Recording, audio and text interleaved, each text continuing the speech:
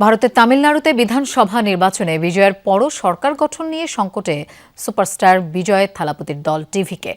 কংগ্রেসের সাথে সমঝোতার ভিত্তিতে 5টি আসন জোগাড় হলেও নিশ্চিত নয় বাকিগুলো।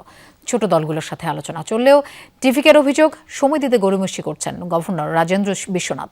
এমনকি ফল ঘোষণার 2 দিন পেরিয়ে গেলেও এখনও সরকার গঠনে আহ্বান জানানো হয়নি তাদের।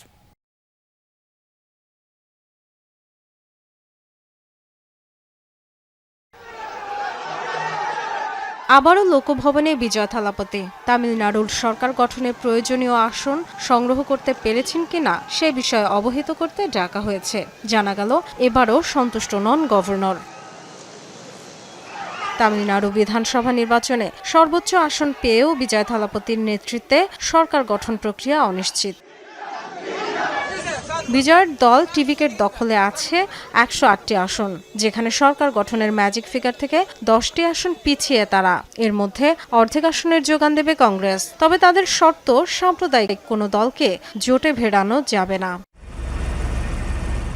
এক্ষেত্রে কংগ্রেস ছাড়া বিজয়ের হাতে বিকল্পগুলো হলো 2টি বাম দল, যাদের দখলে আছে 4টি আসন, ছোট তামিল দল ভিসিকে, যাদের আসন সংখ্যা 2টি, এবং পিএমকে, তাদের ঝুলিতে আছে 4টি আসন।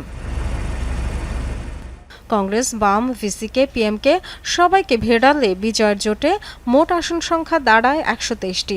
তবে সমস্যা হলো, একদিকে বিজয়ের রাজনৈতিক শত্রু ডিএমকের জোটের অংশ ভিসিকে, অন্যদিকে বিজয়ের আদর্শগত শত্রু বিজেপির জোটের শরিক পিএমকে। টিভিকের সাথে যুক্ত হতে বর্তমান জোট ভাঙতে হবে উভয় দলকে। এছাড়া টিভিকের সাথে এআইএডিএমকের জোটের কানাঘুষা শোনা গেলেও তা বাতিল করে দিয়েছে উভয় দলের নেতারা। ধারণা করা হচ্ছে 8 মে চূড়ান্ত সিদ্ধান্ত জানাতে পারে দলগুলো, কিন্তু তার আগেই সংখ্যাগরিষ্ঠতার প্রমাণ দিতে তাড়া দিচ্ছেন রাজ্যের গভর্নর, যা নিয়ে ক্ষোভও ঝেড়েছে বিজয়ী দল ও শরিক কংগ্রেস। এককভাবে সবচেয়ে বেশি আসনপ্রাপ্ত দলকে সরকার গঠনের আহ্বান জানানোর কোনো বিকল্প নেই।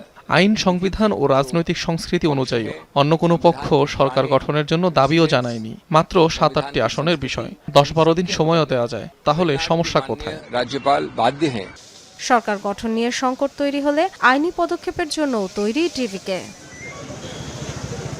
Dorothy Tasrin, Jamuna news.